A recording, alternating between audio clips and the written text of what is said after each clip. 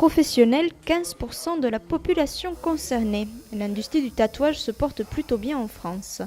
Et pourtant, un pan entier de cette économie se trouve menacé depuis mars 2013 par un arrêté ministériel visant à interdire les encres couleurs. La raison, elle serait nocive pour la santé.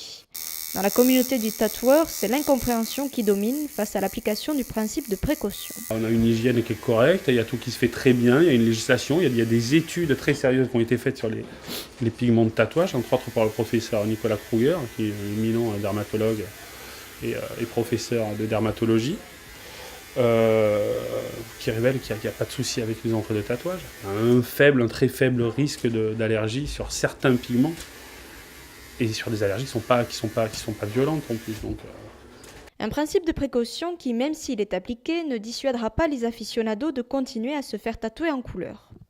J'irais plutôt là où iront mes artistes tatoueurs. Enfin, mes artistes, c'est un peu exagéré de dire ça. Mais je pense que si Eskimo, admettons, partait en Espagne, je pense pas que ce sera ça, mais j'irai me faire tatouer là-bas et puis tant pis, quoi.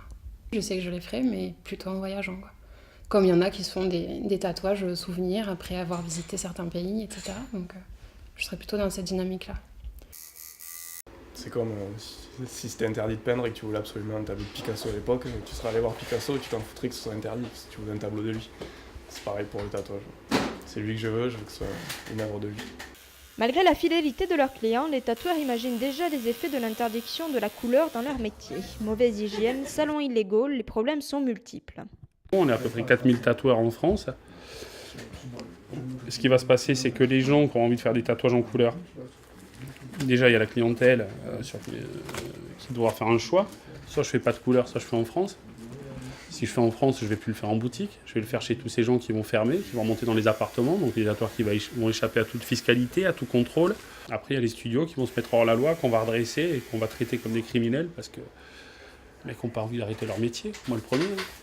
En attendant le 1er janvier, date à laquelle l'interdiction doit prendre effet, les tatoueurs se mobilisent.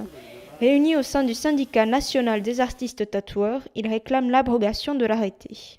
Pour cela, ils comptent sur le contenu du texte, mal écrit et peu clair selon eux.